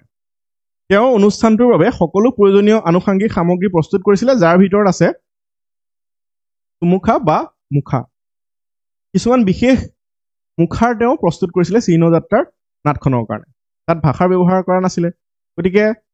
যিখিনি অংগী ভংগী দি নাটক কৰিছিলে সেয়া বুজাবৰ কাৰণে বা কেৰেক্টাৰটো ল'বৰ কাৰণে তেওঁ মুখাৰ তৈয়াৰ কৰিছিলে ঠিক আছে ইয়াৰ ওপৰতো প্ৰশ্ন সুধিব পাৰে ইয়াৰ চিহ্নযাত্ৰাৰ লগত সম্পৰ্কিত কিছুমান কথা এইদৰেই অসমত নাট্যকলাৰ জন্ম হয় শ্ৰীমন্ত শংকৰদেৱৰ হাতত গতিকে শ্ৰীমন্ত শংকৰদেৱেই অসমীয়াত নাট্যৰ আৰম্ভ কৰিছিলে বা নাটকৰ আৰম্ভ কৰিছিলে ঠিক আছে নাটখনে ইমানেই আচৰিত সফলতা লাভ কৰিছিলে অৰ্থাৎ চিহ্নযাত্ৰা নাটখন ইমান ছাকচেছ হৈছিলে যে সেইখন সময়ত মহেন্দ্ৰ কন্দলী যিগৰাকী আছিলে শংকৰদেৱৰ গুৰু তাৰ লগতে অন্যান্য যিসকল পণ্ডিত আছিলে সেই পণ্ডিতসকলে শংকৰদেৱক এক আধ্যাত্মিক শক্তিৰ অধিকাৰী আৰু ঐশ্বৰিক শক্তিৰ অধিকাৰী বুলি বিশ্বাস কৰিছিলে ঠিক আছে গতিকে সেই নাটখন বহুত ছাকচেছ হৈছিলে দিনযাত্ৰা নাটখন বহুত ছাকচেছ হৈছিলে সেই সময়খিনিতেই মহেন্দ্ৰ কন্দলী যিগৰাকী আছিলে শংকৰদেৱৰ টিচাৰ বা অধ্যাপক মহেন্দ্ৰ কন্দলীয়ে তেওঁ সেই নাটখন চাই পেলাই দিনযাত্ৰা নাটখন চাই পেলাই হাতযোৰ কৰি পেলাই সেৱা কৰিছিলে আৰু তাৰ লগতে কৈছিলে শংকৰদেৱ মোৰ গুৰু হৈ আহিছে ঠিক আছে মহেন্দ্ৰ কন্দলী যিগৰাকী শংকৰদেৱৰ শিক্ষক আছিলে তেওঁই আচৰিত মানি গৈছিলে যে শ্ৰীমন্ত শংকৰদেৱে এনেকুৱা এটা ক্ৰিয়েশ্যন কৰিছিলে দিনযাত্ৰা নাটখনৰ জৰিয়তে তাতে সপ্ত বৈকুণ্ঠকো দেখাইছিলে তাৰ লগতে খোল তাল এইবিলাকৰ জৰিয়তে মিউজিক দিয়া হৈছিলে মুখাৰ তেওঁ ক্ৰিয়েট কৰিছিলে গতিকে কন্দলীয়েও সেইখন সময়ত তেওঁ চিঞৰি কান্দি পেলাই কৈছিলে যে শংকৰদেৱ মোৰ গুৰু হৈ আহিছে ঠিক আছে মহেন্দ্ৰ কন্দলীকে ধৰি সেই সময়ৰ যিসকল পণ্ডিত আছে বা যিসকল শিক্ষিত লোক আছিলে সেই সময়ছোৱাত তেওঁলোকে সেই চিহ্নযাত্ৰা নাটকখনৰ পিছত শংকৰদেৱৰ পৰা দীক্ষা বিচাৰিছিলে যে আপোনাৰ ওচৰত আমাক শৰণ দিয়ক মহেন্দ্ৰ কন্দলী লগতে আছিলে ঠিক আছে আমাৰ ওচৰত আমাক শিক্ষা দিয়ক বা আমাক শৰণ দিয়ক বুলি তেওঁলোকে শংকৰদেৱৰ ওচৰলৈ গৈছিলে কিন্তু শংকৰদেৱে লগে লগে যিহেতু এটা গ্ৰুপ আহিছে তেওঁৰ ওচৰত শৰণ ল'বৰ কাৰণে তেতিয়া শংকৰদেৱে লগে লগেই তেওঁলোকক শৰণ দি দিয়া নাছিলে তেওঁ পিছদিনা আহিবলৈ ক'লে ৰাতিপুৱা আহিবলৈ ক'লে অৰ্থাৎ এৰাতিৰ সময় তেওঁ ল'লে শংকৰদেৱে তেতিয়া সেই ৰাতিটোৰ ভিতৰতে ভাগৱতৰ দশম পুথিৰ পৰা উদ্ধৱ সংবাদ অসমীয়ালৈ অনুবাদ কৰে সেই উদ্ধৱ সংবাদ নামৰ ভাগৱতৰ দশম পুথিৰ অনুবাদ কৰি পেলাই উদ্ধৱ সংবাদ অনুবাদ কৰি পেলাই অসমীয়ালৈ অনুবাদ কৰি পেলাই তেওঁৰ যিসকল আহিছিলে এই যিটো গ্ৰুপ আহিছিলে তেওঁলোকক ক'লে যে মোৰ ওচৰত শৰণ ল'ব নালাগে এই গ্ৰন্থখনৰ ওচৰতে আপোনালোকে সেৱা গ্ৰহণ কৰি শৰণ লওক গতিকে শংকৰদেৱৰ এইটোৱে আছিলে প্ৰথম গোট যাক শংকৰদেৱে দীক্ষা দিছিলে ঠিক আছে প্ৰণাম কৰাৰ উপদেশ দি তেওঁৰ শিষ্যসকলক প্ৰথম গোটটোক দীক্ষা দিলে গতিকে ইয়াৰ ওপৰতো কেতিয়াবা প্ৰশ্ন সোধে মনত ৰাখিব ভাগৱতৰ দশম পুথিৰ পৰা উদ্ধৱ সংবাদ অসমীয়ালৈ অনুবাদ কোনে কৰিছিলে শ্ৰীমন্ত শংকৰদেৱে এও এৰাতিৰ ভিতৰতে কৰা আছিলে শংকৰদেৱ আৰু মাধৱদেৱে ৰচনা কৰা নাটসমূহক যাত্ৰা আৰু ঝুমুৰা বুলিছিলে শংকৰদেৱে ৰচনা কৰা সমূহক বিশেষকৈ যাত্ৰা বুলি কোৱা হৈছিলে বা নাট বুলি কোৱা হৈছিলে আৰু মাধৱদেৱে ৰচনা কৰাবিলাকক কি বুলি কোৱা হৈছিলে ঝুমুৰা বুলি কোৱা হৈছিলে এইটো মনত ৰাখিব ঝুমুৰা ঠিক আছে দ্য প্লেচ ৰিটেন বাই শংকৰদেৱ মাধৱদেৱ ৱেৰ কল্ড যাত্ৰা এণ্ড ঝুমুৰা এইটো প্ৰশ্ন সোধে মনত ৰাখিব অংকীয়া নাটৰ লগত জড়িত অভিনয়ক ভাওনা বুলি কোৱা হয় নিশ্চয় ভাওনা চাইছে ভাওনা অংকীয়া নাটৰ লগত জড়িত যি অভিনয় আছে তাক ভাওনা বুলি কোৱা হয় ঠিক আছে শংকৰদেৱে বৈষ্ণৱ ধৰ্মক বহল পৰিসৰত প্ৰচাৰ কৰাৰ লক্ষ্যৰে ফাকুৱা উৎসৱৰ সূচনা কৰিছিলে ফাকুৱা উৎসৱ যি ফাগুন মাহত হয় সেই ফাকুৱা উৎসৱ শংকৰদেৱে সৃষ্টি কৰিছিলে অসমত গতিকে ইয়াৰ ওপৰতো প্ৰশ্ন সোধে বৈষ্ণৱ ধৰ্মক বহল পৰিসৰত প্ৰচাৰ কৰাৰ লক্ষ্যৰে ফাকুৱা উৎসৱৰ সূচনা কৰিছিলে যিহেতু কৃষ্ণৰ লগত জড়িত হৈ আছে ফাকুৱা উৎসৱটো গতিকে শ্ৰীমন্ত শংকৰদেৱৰ কৃষ্ণৰ তেওঁ গুণ গৰিমা প্ৰচাৰ কৰিছিলে নৱবৈষ্ণৱ ধৰ্মৰ জৰিয়তে বা একশৰণ নাম ধৰ্মৰ জৰিয়তে গতিকে তেওঁ এই ফাকুৱাৰ উৎসৱৰ সূচনা কৰিছিলে ঠিক আছে ভাওনাৰ ওপৰত যদি চাওঁ তেতিয়াহ'লে ভাওনা আৰম্ভণিৰ আগে আগে গায়ন বায়নৰ দ্বাৰা নৃত্য আৰু গীত পৰিৱেশন কৰা হয় গায়ন আৰু বায়ন গায়ন কোন যি গান গায় ভাওনাৰ আগতে যিসকলে গান গায় তেওঁলোকক কোৱা হয় গায়ন আৰু বায়ন মানে কোন হয় যিসকলে বাদ্যযন্ত্ৰ বজায় তেওঁলোকক কি বুলি কোৱা হয় বায়ন বুলি কোৱা হয় ঠিক আছে নৃত্য গীত পৰিৱেশন কৰা হয় তেওঁলোকৰ জৰিয়তে মুখেৰে গান গোৱাসকলক গায়ন বুলি কোৱা হয় আৰু বায়নসকলক অৰ্থাৎ বজোৱাসকলক বাদ্যযন্ত্ৰ বজোৱাসকলক বায়ন বুলি কোৱা হয় ইয়াৰ গীত গাওঁতাজনক গায়ন আৰু বাদ্যযন্ত্ৰ বজোৱাজনক বায়ন বুলি কোৱা হয় এইটো মনত ৰাখিব তাৰপিছত প্ৰৱেশ কৰে সূত্ৰধৰ তাৰপিছত আহে যিয়ে নাটকখন দৰ্শকৰ আগত বৰ্ণনা কৰে গতিকে সূত্ৰধৰ হৈছে সেই নাটকখনৰ ষ্টৰিটো কৈ দিয়া এটা কেৰেক্টাৰ সূত্ৰধৰ নাটখনৰ সামগ্ৰিক তত্ত্বাৱধায়ক আৰু পৰিচালক তাৰ লগতে supervisor and director of the play কোন হয় সূত্ৰধৰ এইটো মনত ৰাখিব এবাৰ প্ৰশ্ন কেতিয়াবা সুধিব পাৰে ইয়াৰ পিছত প্ৰদৰ্শনকাৰীসকলৰ দ্বাৰা নাটকখনৰ প্ৰকৃত পৰিৱেশন আৰম্ভ হয় গতিকে প্ৰথমতে গায়ন বায়নৰ দ্বাৰা বাদ্যযন্ত্ৰ বজোৱা হয় তাত নৃত্যও সোমাই থাকে গীত মাত বাদ্যযন্ত্ৰ সকলো ইনক্লুড হৈ থাকে গায়ন বায়ন তাৰপিছত হয় সূত্ৰধাৰে গোটেই যিটো ষ্টৰি আছে সেইটো নেৰেট কৰিব আৰু তাৰপিছত আহিব এই এক্টৰসকলে ভাওনা প্ৰদৰ্শন কৰিব ঠিক আছে শংকৰদেৱৰ যিসমূহ ৰচনা কৰা গীত আছিলে এইসমূহৰ ওপৰত যদি চাওঁ তেতিয়াহ'লে বৰগীত প্ৰথমতে নাম ল'বই লাগিব বৰগীত যি সময়ত শংকৰদেৱে এইসমূহ ৰচনা কৰিছিলে সেই সময়ত বৰগীত বুলি জনা নগৈছিলে ঠিক আছে পিছতহে আমি এই গীতসমূহক শংকৰদেৱ আৰু মাধৱদেৱে সৃষ্টি কৰা গীতসমূহক বৰগীত বুলি কওঁ গতিকে ইয়াৰ ওপৰতো প্ৰশ্ন সুধিব পাৰে বৰগীত হৈছে শ্ৰীমন্ত শংকৰদেৱ আৰু তেওঁৰ প্ৰিয় শিষ্য মাধৱদেৱৰ গীতৰ সংকলন গতিকে বৰগীত কেৱল দুগৰাকী ব্যক্তিয়ে ৰচনা কৰা গীতসমূহকে বৰগীত বুলি কোৱা হয় শ্ৰীমন্ত শংকৰদেৱ আৰু শ্ৰী শ্ৰী মাধৱদেৱে ৰচনা কৰা গীতসমূহক বৰগীত বুলি কোৱা হয় মনত ৰাখিব এইটো আৰু এইসমূহ কি ভাষাত ৰচনা কৰা হৈছিলে ব্ৰজাৱলী ভাষাত ৰচনা কৰা হৈছিলে ঠিক আছে বৰগীতসমূহ কি ভাষাত ৰচনা কৰা আছিলে ব্ৰজাৱলী শংকৰদেৱে বহুকেইটা বৰগীতৰ ৰচনা কৰিছিলে প্ৰায় 240টা বৰগীতৰ ৰচনা কৰিছিলে শ্ৰীমন্ত শংকৰদেৱে কিন্তু ভিন্ন কাৰণত জুই লাগি যোৱাত সেই বৰগীতসমূহ বৰ্তমান উদ্ধাৰ কৰিব পৰা নাযায় আৰু সেই সময়ত শংকৰদেৱ ভাগিও পৰিছিলে তেতিয়া মাধৱদেৱক তেওঁ পৰামৰ্শ দিছিলে যে মই আৰু বৰগীত বেছিকৈ ৰচনা নকৰোঁ তুমি ৰচনা কৰা যদিও বৰ্তমান সেই যি 240টা বৰগীত আছে তাৰে 34টা বৰগীত আছে শংকৰদেৱৰ 34 বৰগীত এভেইলেবল আছে ঠিক আছে 34টা বৰ্তমানো আছে শ্ৰীমন্ত শংকৰদেৱৰ বৰগীত এইটো মনত ৰাখিব আৰু প্ৰথমটো বৰগীত কি আছিলে আমি আলোচনা কৰি আহিলোঁ মনমেৰি ৰাম চৰণেহি লাগু এইটো শ্ৰীমন্ত শংকৰদেৱৰ প্ৰথমটো বৰগীত আছিলে ব্ৰজাৱলী ভাষাত লিখিছিলে বৰগীতসমূহ এইটো মনত ৰাখিব বৰদৈচিয়া চমত লিখিছিলে এইটো মনমেৰি ৰাম চৰণেহি লাগু ভটিমা স্তুতি বা প্ৰশস্তি স্তুতি ঠিক আছে ভটিমা শংকৰদেৱৰ যিবিলাক ভটিমা আছে শংকৰদেৱে মূলতে 3 ধৰণৰ ভটিমাৰ ৰচনা কৰিছিলে সেয়া হৈছে দেৱ ভটিমা নাট ভটিমা ৰাজ ভটিমা এই 3টা ভটিমা কোনে ৰচনা কৰা আছিলে শ্ৰীমন্ত শংকৰদেৱে টোটেল ভটিমাৰ প্ৰকাৰ হৈছে 4টা সেয়া হৈছে দেৱ ভটিমা নাট ভটিমা ৰাজ ভটিমা আৰু গুৰু ভটিমা গতিকে মুঠতে ভটিমাৰ প্ৰকাৰ 4টা তাৰে 3টা কোনে ৰচনা কৰিছিলে শ্ৰীমন্ত শংকৰদেৱে আৰু যিটো গুৰু ভটিমা আছে গুৰু ভটিমাটো মহাপুৰুষ শ্ৰী শ্ৰী মাধৱদেৱে ৰচনা কৰা আছিলে গতিকে প্ৰশ্ন সোধে মনত ৰাখিব দেৱ ভটিমা নাট ভটিমা ৰাজ ভটিমা এণ্ড গুৰু ভটিমা ইয়াৰে 3টা প্ৰথম 3টা ৰচনা কৰিছিলে শংকৰদেৱে আৰু গুৰু ভটিমাটো ৰচনা কৰিছিলে মাধৱদেৱে দেৱ ভটিমাৰ ওপৰত যদি চাওঁ তেতিয়াহ'লে ঈশ্বৰৰ স্তুতিমূলক ভটিমাক দেৱ ভটিমা বোলা হয় নাট ভটিমা কাক বোলে শংকৰদেৱৰ অংকীয়া নাটসমূহৰ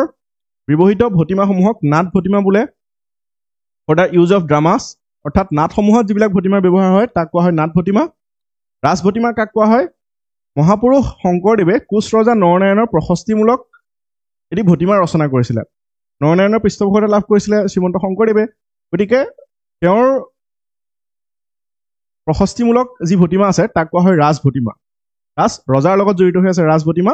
আৰু গুৰু ভটিমাটো কোনে ৰচনা কৰিছিলে মহাপুৰুষ শ্ৰী শ্ৰী মাধৱদেৱে তেওঁৰ গুৰু আছিলে শ্ৰীমন্ত শংকৰদেৱ গতিকে মহাপুৰুষে তেওঁৰ গুৰুক স্তুতি কৰি পেলাই এটা ভটিমা ৰচনা কৰিছিলে সেইটো হৈছে গুৰু ভটিমা টোটেল ভটিমাৰ প্ৰকাৰ 4টা টুটয় আৰু চপয় এয়াও শ্ৰীমন্ত শংকৰদেৱে ৰচনা কৰা গীত আছিলে টুটয় কি হয় যে নৰনাৰায়ণৰ ৰাজসভাত থকাৰ সময়ত শংকৰদেৱে টুটক চন্দক শ্লোক কেইটামান লিখিছিলে ইয়াকে টুটয় বুলি কোৱা হয় গতিকে টুটয় আৰু চপয় এয়া হৈছে শংকৰদেৱে ৰচনা কৰা গীত চপয় ইয়াতে চপয় চন্দত বা চতুৰ্পদী চন্দত ৰচনা কৰা আছিলে ইয়াকে কি বুলি কোৱা হয় চপয় বুলি কোৱা হয় টুটয় আৰু চপয় কোনে ৰচনা কৰা মনত ৰাখিব শ্ৰীমন্ত শংকৰদেৱে ৰচনা কৰা আছিলে ঠিক আছে কাব্যিক ৰচনা সংকলনৰ ওপৰত যদি চাওঁ তেতিয়াহ'লে কীৰ্তন ঘোষা আছিলে শ্ৰীমন্ত শংকৰদেৱৰ আটাইতকৈ শ্ৰেষ্ঠ ৰচনা গতিকে ইমানবিলাক ৰচনাৰ ভিতৰত আটাইতকৈ শ্ৰেষ্ঠ বুলি কোনখনক ধৰা হয় কীৰ্তন ঘোষাক ধৰা হয় কীৰ্তন ঘোষা হৈছে শ্ৰীমন্ত শংকৰদেৱৰ ব্ৰজাৱলী ভাষাত ৰচনা কৰা কাব্যিক ৰচনা সংকলন ব্ৰজাৱলী ভাষা মানে অসমীয়া আৰু মৈথিলী ভাষাৰ মিশ্ৰণ এইটো মনত ৰাখিব ইয়াৰ ওপৰত আগতে প্ৰশ্ন সুধিছে শংকৰদেৱৰ সকলো সৃষ্টিৰ ভিতৰত কীৰ্তন ঘোষাক সৰ্বশ্ৰেষ্ঠ বুলি গণ্য কৰা হয় Kirtan Ghosha is considered as the greatest of all the creation of Shrimanta Sankardev শংকৰদেৱে যিমানবিলাক ৰচনা কৰিছে তাৰ ভিতৰত আটাইতকৈ শ্ৰেষ্ঠ বুলি ধৰা হয় কীৰ্তন ঘোষাখনক ঠিক আছে শংকৰদেৱৰ পৰলোকৰ পিছত অৰ্থাৎ যেতিয়া শংকৰদেৱৰ মৃত্যু হয় মাধৱদেৱৰ ভাগিনীয়েক ৰামচৰণ ঠাকুৰে কীৰ্তন ঘোষাৰ বিভিন্ন অংশবিলাক সংগ্ৰহ কৰি সম্পাদনা কৰে গতিকে ইয়াৰ ওপৰতো কেতিয়াবা প্ৰশ্ন সোধে যে কীৰ্তন ঘোষা প্ৰথম সম্পাদনা কোনে কৰিছিলে শংকৰদেৱৰ ভাগিনীয়েক ৰামচৰণ ঠাকুৰে প্ৰথম কীৰ্তনৰ সম্পাদন কৰিছিলে ঠিক আছে কীৰ্তন ঘোষাত শংকৰদেৱৰ দ্বাৰা ৰচিত ২৭টা অধ্যায় সন্নিৱিষ্ট হৈছে আৰু প্ৰকাশিত পুথিত থকা বাকীকেইটা ক্ৰমে ৰত্নাকৰ কণ্ডলী শ্ৰীধৰ কণ্ডলী আৰু মাধৱদেৱে ৰচনা কৰা গতিকে শংকৰদেৱৰ যি কীৰ্তন আছে তাতে ২৭টা অধ্যায় শ্ৰীমন্ত শংকৰদেৱে ৰচনা কৰা বাকীখিনি হৈছে শ্ৰীধৰ কণ্ডলী ৰত্নাকৰ কণ্ডলী আৰু মাধৱদেৱে ৰচনা কৰা অধ্যায় ঠিক আছে গুণমালাৰ ওপৰত যদি চাওঁ বহুত বেছি ইম্পৰ্টেণ্ট হয় গুণমালাৰ প্ৰশ্ন সুধি থাকে গুণমালা হৈছে কুসুমমালা ছন্দত ৰচিত পদৰ সমষ্টি গতিকে গুণমালাখন কি ছন্দত ৰচিত আছিলে কুসুমমালা ছন্দত এইটো মনত ৰাখিব কুসুমমালা বা কুসুমমালা ছন্দত ৰচিত এই গুণমালা আছিলে ঠিক আছে কোচ ৰজা নৰনাৰায়ণৰ অনুৰোধত শ্ৰীমন্ত শংকৰদেৱে এৰাতিৰ ভিতৰতে গুণমালাখন ৰচনা কৰিছিল মাত্ৰ এৰাতিৰ ভিতৰত শ্ৰীমন্ত শংকৰদেৱে এই গুণমালাখন ৰচনা কৰিছিলে আৰু কোনে তেওঁক ৰিকুৱেষ্ট কৰিছিলে নৰনাৰায়ণ কোচ ৰজা নৰনাৰায়ণে তেওঁক অনুৰোধ কৰিছিলে শংকৰদেৱে গুণমালাখন মহাভাৰতৰ সাৰমৰ্ম মাত্ৰ 6টি অধ্যায়ত সামৰি ৰচনা কৰিছিলে এই গুণমালাখনত কেইটা অধ্যায় আছে মাত্ৰ 6টা অধ্যায় আছে গতিকে যি ভাগৱত আছে মহাভাগৱত সেই মহাভাগৱতৰ যিটো সাৰ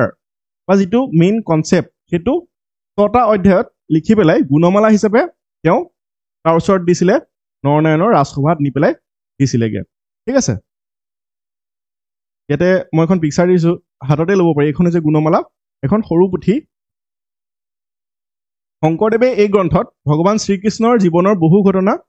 সহজে স্মৰণীয় হোৱাত সহায় কৰি তুলিছে অৰ্থাৎ এই গুণমালাখনৰ বিশেষকৈ কাৰ বিষয়ে উল্লেখ আছে শ্ৰীকৃষ্ণৰ জীৱনৰ বিষয়ে উল্লেখ আছে একেবাৰে সৰু এখন গ্ৰন্থ মহাভাগৱত ইমান এখন ডাঙৰ পুথি সেই মহাভাগৱতৰ মূল সাৰটো আছে গুণমালাখনত শ্ৰীকৃষ্ণৰ জীৱন আৰু কৰ্মৰাজিৰ গুণগান কৰি পুথিখন ৰচনা কৰিছিলে গুণমালাখন শ্ৰীমন্ত শংকৰদেৱে ৰচনা কৰিছিলে তাত কাৰ বিষয়ে আছে শ্ৰীকৃষ্ণৰ জীৱন আৰু কৰ্মৰাজিৰ গুণাগুণ ইয়াতে উল্লেখ কৰা হৈছে এইখিনিতে এটা কনচেপ্ট আছে যে শ্ৰীমন্ত শংকৰদেৱে মহাভাগৱতখন ইমান এখন ডাঙৰ পুথি যিহেতু গুণমালা নামৰ এখন সৰু পুথিলে তেওঁ কনভাৰ্ট কৰি দিলে একেবাৰে সৰু চাওক হাততে ল'ব পাৰি ঠিক আছে গতিকে ইয়াকেই হাতী মাৰি ভুৰুকাত ভৰোৱা বুলি আখ্যা দিয়া হয় ভুৰুকা মানে হৈছে চূণ থোৱা পাত্ৰ ভুৰুকা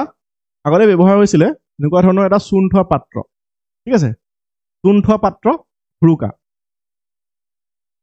গতিকে হাতী মাৰি পেলাই ইয়াতে চূণ থয় গতিকে হাতী মাৰি ভুৰুকাত ভৰোৱা বুলি কোৱা হয় কাৰণ মহাভাগৱতখন ইমান ডাঙৰ আৰু তাৰ যিটো মূল কথা ইয়াতে তেওঁ সৰুকে লিখি দিলে গতিকে হাতী মাৰি ভুৰুকাত ভৰোৱা বুলি কোৱা হয় হাতী এটা ইমান ডাঙৰ প্ৰাণী তাক মাৰি পেলাই ভুৰুকাত ভৰাই থৈছে ঠিক আছে 1923 বেণুধৰ ৰাজখোৱাই প্ৰথমবাৰৰ বাবে এই গ্ৰন্থখন ইংৰাজীলৈ অনুবাদ কৰিছিলে আৰু নাম দিছিলে অৰ্থাৎ টাইটেলটো আছিলে গাৰ্লেণ্ড অফ প্ৰাইচেছ গতিকে ইয়াৰ ওপৰত সুধিব পাৰে মনত ৰাখিব কোনে এখন ইংৰাজীলৈ অনুবাদ কৰিছিলে বেণুধৰ ৰাজখোৱাই একশৰণ নাম ধৰ্মৰ অনুগামীসকলে অৰ্থাৎ এই যি একশৰণ নাম ধৰ্ম শ্ৰীমন্ত শংকৰদেৱে প্ৰচাৰ কৰিছিলে বা প্ৰৱৰ্তক আছিলে তেওঁৰ অনুগামীসকলে গুণমালা পুথিখন অতি পবিত্ৰ জ্ঞান কৰি নামঘৰৰ গুৰু আসনত প্ৰতিষ্ঠা কৰে এয়া হৈছে গুৰু আসন ঠিক আছে নামঘৰৰ এই গুৰু আসন ইয়াতেই গুণমালাখনো ৰখা হয় গতিকে গুণমালাখনক বহু পবিত্ৰ বুলি ধৰা হয় একশৰণ নাম ধৰ্মৰ যিসকল অনুগামী আছে তেওঁলোকে গুণমালাখনক বহু পবিত্ৰ বুলি বিশ্বাস কৰে আৰু নামঘৰৰ মূল যি গুৰু আসন আছে ইয়াতেই গুণমালাখনকো ৰখা হয় এইটো মনত ৰাখিব ইয়াৰ ওপৰত কেতিয়াবা প্ৰশ্ন বেলেগ ধৰণে সুধিব পাৰে না সপ্ত বৈকুণ্ঠৰ ওপৰত যদি চাওঁ অকণমান আগত আমি চাই আহিলোঁ সপ্ত বৈকুণ্ঠ কি হয়নো কিহৰ লগত জড়িত আছিলে চিহ্ন যাত্ৰাৰ লগত জড়িত আছিলে গতিকে চিহ্ন যাত্ৰাৰ এক অংশ বৰ্তমান কিন্তু ইয়াৰ অস্তিত্ব পোৱা নাযায় বা ইয়াক বিচাৰি পোৱা নাযায় গতিকে সপ্ত বৈকুণ্ঠ বৰ্তমান পোৱা নাযায় এইটো মনত ৰাখিব শংকৰদেৱে মাত্ৰ 19 বছৰ বয়সতে যে চিহ্ন যাত্ৰাৰ আয়োজন কৰিছিলে তাতেই এই সপ্ত বৈকুণ্ঠৰ তেওঁ প্ৰদৰ্শন কৰিছিলে কাপোৰত আঁকি পেলাই বিভিন্ন ৰঙৰ ব্যৱহাৰ কৰি পেলাই কাপোৰত বিভিন্ন ৰঙৰ ব্যৱহাৰ কৰি তেওঁ অংকন কৰিছিলে সপ্ত বৈকুণ্ঠ গতিকে কিহৰ লগত জড়িত আছে চিহ্ন যাত্ৰাৰ লগত জড়িত আছে এইটো মনত ৰাখিব আৰু বৃন্দাবনী বস্ত্ৰৰ ওপৰত প্ৰশ্ন সোধে বৃন্দাবনী বস্ত্ৰ নৰনাৰায়ণৰ সময়তেই নৰনাৰায়ণে যি সময়ত শাসন কৰি আছিলে সেই নৰনাৰায়ণৰ কাৰ্যকালতেই শ্ৰীমন্ত শংকৰদেৱে এই বৃন্দাবনী বস্ত্ৰৰ তেওঁ প্ৰস্তুত কৰিছিলে বৃন্দাবনী বস্ত্ৰ হৈছে শ্ৰীমন্ত শংকৰদেৱৰ নিৰ্দেশনাত আৰু মথুৰা দাস বুঢ়া আটাৰ নেতৃত্বত অসমীয়া শিপিনীসকলে বোৱা এখন দীঘলীয়া বস্ত্ৰ ইয়াতে বহুত বেছি ইম্পৰ্টেণ্ট হয় এই মথুৰা দাস বুঢ়া আটা গতিকে বৃন্দাবনী বস্ত্ৰখন বওঁতে কোন জড়িত আছিলে শ্ৰীমন্ত শংকৰদেৱৰ নিৰ্দেশনাত নেতৃত্ব কোনে প্ৰদান কৰিছিলে মথুৰা দাস বুঢ়া আটা মথুৰা দাস বুঢ়া আটাৰ নেতৃত্বত অসমীয়া শিপিনীসকলে বোৱা এখন দীঘলীয়া বস্ত্ৰ হৈছে বৃন্দাবনী বস্ত্ৰ বস্ত্ৰখনত বৃন্দাবনত কৰা শ্ৰীকৃষ্ণৰ বাল্যকালৰ লীলাসমূহ চিত্ৰসহ বৰ্ণনা কৰা হৈছে অৰ্থাৎ চাইল্ডহুড লীলাছ অৰ এক্টিভিটিজ শ্ৰীকৃষ্ণৰ যি বাল্যকালৰ লীলাসমূহ আছে তাতেই বৃন্দাবনী বস্ত্ৰত চিত্ৰসহ বৰ্ণনা কৰা হৈছে ঠিক আছে মূল বৃন্দাবনী বস্ত্ৰৰ কিছু অংশ বৰ্তমান লণ্ডন আৰু পেৰিছৰ মিউজিয়ামত সংৰক্ষিত বৰ্তমান আমাৰ অসমত নাই এই যিখন মূল বৃন্দাবনী বস্ত্ৰৰ কিছু অংশ গতিকে ক'ত আছেগে গৈ লণ্ডনৰ মিউজিয়াম আৰু পেৰিছৰ মিউজিয়ামত আছে বৰ্তমান সময়ত এইখন বৃন্দাবনী বস্ত্ৰ ইয়াতে ফটো আপোনালোকে নিশ্চয় দেখিবই নোটখিনি চালেও দেখিব ইয়াতে শ্ৰীকৃষ্ণৰ সৰুকালৰ কিছুমান কৰ্মৰ বিষয়ে আছে এইখন পিকচাৰত ভালকৈ দিয়া হৈছে কোচ ৰজা নৰনাৰায়ণৰ অনুৰোধত এই বস্ত্ৰখন বোৱা হৈছিলে আৰু এইখন বওঁতে প্ৰায় 6 মাহ সময় লাগিছিলে 6 মাহত সম্পূৰ্ণ হৈছিলে ইয়াৰ ওপৰত কিন্তু আগতে প্ৰশ্ন সুধিছে ঠিক আছে বৃন্দাবনী বস্ত্ৰ কিমানত সময়ত বৈ হৈছিলে প্ৰায় 6 মাহ সময় লাগিছিলে অৰ্থাৎ 6 মাহত বস্ত্ৰখন বৈ পেলাই সম্পূৰ্ণ হৈছিলে আৰু মথুৰা দাস বুঢ়া আটা তেওঁৰ ওপৰতো প্ৰশ্ন সোধে সত্ৰীয়া নৃত্য is one of the dance styles recognised as classical dance by the Sangeet Natak academy of India গতিকে সংগীত নাটক একাডেমীয়ে শাস্ত্ৰীয় নৃত্য বা ধ্ৰুপদী নৃত্যৰ মৰ্যাদা প্ৰদান কৰা এটা নৃত্য হৈছে আমাৰ অসমৰ এই সত্ৰীয়া নৃত্য 2000 চনত সত্ৰীয়া নৃত্যক সংগীত নাটক একাডেমীয়ে ভাৰতৰ অন্যতম শাস্ত্ৰীয় নৃত্য বা ধ্ৰুপদী নৃত্যৰ মৰ্যাদা প্ৰদান কৰে গতিকে কিমান চনত সত্ৰীয়া নৃত্যক ধ্ৰুপদী নৃত্য বা ক্লাছিকেল ডান্স হিচাপে ৰিকগনাইজ কৰা হৈছিলে ইয়াৰ ওপৰত আগতে প্ৰশ্ন সুধিছে কিমান চনত মনত ৰাখিব 2000 চনত ঠিক আছে মহাপুৰুষ শংকৰদেৱৰ যি ধৰ্ম আছে এক শৰণ নাম ধৰ্ম সেই ধৰ্ম মানি চলা যিবিলাক সত্ৰ আছে সেই সত্ৰসমূহৰ যোগেৰে প্ৰায় 15 শতিকাৰ পৰাই এই নৃত্যধাৰা অসমত প্ৰচলিত হয় সত্ৰীয়া নৃত্যৰ বিষয়বস্তু কৃষ্ণৰ সৈতে সম্পৰ্কিত লগতে বিষ্ণুৰ অন্যান্য অৱতাৰ যেনে ৰাম আৰু মহাভাৰত আৰু ৰামায়ণৰ মহাকাব্যৰ কাহিনী জড়িত হৈ আছে গতিকে ৰামায়ণ আৰু মহাভাৰতৰ কাহিনী সত্ৰীয়া নৃত্যৰ জৰিয়তে প্ৰদৰ্শন কৰা হয় আৰু প্ৰথম অৱস্থাত এয়া কেৱল পুৰুষ অৰ্থাৎ ভকতৰ জৰিয়তেহে এই নৃত্যসমূহ পৰিৱেশন কৰা হৈছিলে কিন্তু বৰ্তমান সময়ত বা আধুনিক সময়ত মহিলা আৰু পুৰুষ উভয়ে এই নৃত্যৰ প্ৰদৰ্শন কৰে ঠিক আছে গতিকে সত্ৰীয়া নৃত্য শ্ৰীমন্ত শংকৰদেৱৰ লগতে জড়িত হৈ আছে শ্ৰীমন্ত শংকৰদেৱৰ ধৰ্ম মানি চলা যিবিলাক সত্ৰ আছে সেই সত্ৰসমূহৰ দ্বাৰাই অসমত প্ৰচলন কৰা হৈছিল এই সত্ৰীয়া নৃত্যৰ সত্ৰীয়া নৃত্যৰ মৌলিক এককক মাটি আখৰা বুলি কোৱা হয় ইয়াৰ প্ৰশ্ন সুধিব পাৰে the basic dance unit of a Sattriya নৃত্য ইজ কল্ড মাটি আখৰা ঠিক আছে সত্ৰীয়া নৃত্যৰ পৰিৱেশনে দুটা শৈলী একত্ৰিত কৰে অৰ্থাৎ দুটা শৈলী জড়িত হৈ আছে বা দুটা ষ্টাইল ইনক্লুড হৈ আছে সত্ৰীয়া নৃত্যত এটা হৈছে মাস্কুলিন আনটো হৈছে ফেমিনিন অৰ্থাৎ ইয়াতে পুৰুষসুলভ যিবিলাক ভংগী আছে বা পুৰুষৰ ভংগীবিলাকো সত্ৰীয়া নৃত্যৰ জৰিয়তে মহিলাই প্ৰদৰ্শন কৰিব পাৰে আৰু যি নাৰীসুলভ ভংগী আছে বা স্ত্ৰী ভংগী যিবিলাক আছে লাস্যৰ দৰে যিবিলাক ভংগী আছে সেই ভংগীও প্ৰদৰ্শন কৰি পেলাই সত্ৰীয়া নৃত্যত পাৰফৰ্ম কৰা হয় গতিকে দুটা ফৰ্ম আছে এইটো মনত ৰাখিব ইয়াৰ ওপৰত প্ৰশ্ন সুধিব পাৰে সত্ৰসমূহনো কি হয় সত্ৰসমূহ হৈছে শ্ৰীমন্ত শংকৰদেৱৰ এক শৰণ নাম ধৰ্মৰ সৈতে জড়িত প্ৰতিষ্ঠানিক কেন্দ্ৰ ঠিক আছে এক শৰণ নাম ধৰ্মৰ যিসকলে মানি চলে সেই ভকতসকল থকা ঠাই বুলিও ধৰিব পাৰে বা ইয়াতেই শিক্ষাও প্ৰদান কৰা হৈছিলে সত্ৰসমূহত সত্ৰ হৈছে ভাওনা আৰু সত্ৰীয়া সংস্কৃতিৰ সৈতে জড়িত মঞ্চ অভিনয় গায়ন বায়ন আৰু সংগীত আবৃত্তিৰ প্ৰশিক্ষণ প্ৰদানৰ এক সাংস্কৃতিক কেন্দ্ৰ ইয়াৰ উপৰিও সত্ৰত শৈক্ষিক জ্ঞান প্ৰদান কৰা হয় ইয়াতে নলেজ অৰ্থাৎ একাডেমিক নলেজো প্ৰভাইড কৰা হয় সত্ৰসমূহত ঠিক আছে বিশেষকৈ শ্ৰীমন্ত শংকৰদেৱৰ এক শৰণ নাম ধৰ্মৰ যিসমূহ অংশ আছে যেনেকৈ ধৰক ভাওনা গায়ন বায়ন যিবিলাক বৰগীত আছে সেই বৰগীতবিলাকৰ যি ৰাগ তাল আছে সেইসমূহ শিকাবৰ কাৰণে এই সত্ৰসমূহত ব্যৱস্থা কৰা হয় তাৰ লগতে ইয়াতে শৈক্ষিক জ্ঞানো প্ৰদান কৰা হয় একাডেমিক নলেজো ইয়াতে প্ৰদান কৰা হয় সত্ৰসমূহত শংকৰদেৱে তেওঁৰ জন্মস্থান বৰদোৱা বা বটদ্ৰৱাত প্ৰথমখন সত্ৰ স্থাপন কৰিছিলে ইয়াৰ ওপৰত বহুতবাৰ সুধিছে আগতে শংকৰদেৱে প্ৰথমখন সত্ৰ ক'ত স্থাপন কৰিছিলে বৰদোৱা বা বটদ্ৰৱাত মনত ৰাখিব শংকৰদেৱৰ শিষ্যসকলৰ ওপৰত যদি চাওঁ তেওঁৰ বহুকেইজন শিষ্য আছিলে বহুতো শিষ্য আছে বৰ্তমান সময়তো শংকৰদেৱৰ শিষ্যটো বহুত আছে কিন্তু ইয়াৰ ওপৰত প্ৰশ্ন সোধে যে শংকৰদেৱৰ আটাইতকৈ প্ৰিয় শিষ্য কোন আছিলে মাধৱদেৱ আছিলে শংকৰদেৱৰ আটাইতকৈ প্ৰিয় শিষ্য তাৰ লগতে শংকৰদেৱৰ যিটো ধৰ্ম আছিলে এক শৰণ নাম ধৰ্ম তাতে কোনো জাতি ধৰ্মৰ তেওঁ ভেদাভেদ ৰখা নাছিলে অৰ্থাৎ জাতি ধৰ্ম ভাষাৰ নিৰ্বিশেষে তেওঁৰ ধৰ্মত শৰণ ল'ব পাৰিছিলে ঠিক আছে গতিকে চানখাই নামৰ এগৰাকী ব্যক্তি যিগৰাকী আছিলে এগৰাকী মুছলমান ব্যক্তি শংকৰদেৱৰ জনপ্ৰিয় অসমীয়া মুছলমান শিষ্য আছিলে এই চানখাই চানচাই was a popular Assamese Muslim disciple of Sankardev গতিকে ইয়াৰ ওপৰত আগতে প্ৰশ্ন কৰে যে শংকৰদেৱৰ মুছলমান শিষ্যগৰাকীৰ নাম কি হয় টান খাই আছিলে ঠিক আছে তাৰ উপৰিও